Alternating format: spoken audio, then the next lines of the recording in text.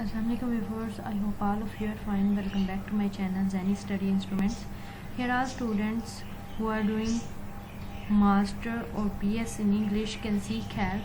Our today's course is History of English Literature, and I'm gonna tell you about the topic important question about romantic age. Before starting this video, I requested you to subscribe my channel and press the bell icon to get notification of my new videos. The viewers who have subscribed my channel are requested to watch the video till end so that you can understand the full topic. If you like the video, please like, and if you don't understand, tell me in the comment box. If you need another topic, please tell me by commenting. You will get the same topic in the next video, and please share my video.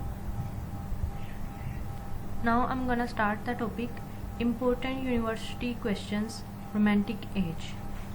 First, explain the relationship between the sentimental school and the poetry of melancholy and death, giving two examples of the latter. Second, what forms of literature were most important during the romantic period? Which one dominated? Third, describe romantic nature, imaginary, and symbolism. Fourth, what are some of the romantic conceptions of the imagination in relation, for instance? Fifth, what was general conception of the poet during the romantic period? Sixth, what are some of the difficulties in defining the term romanticism?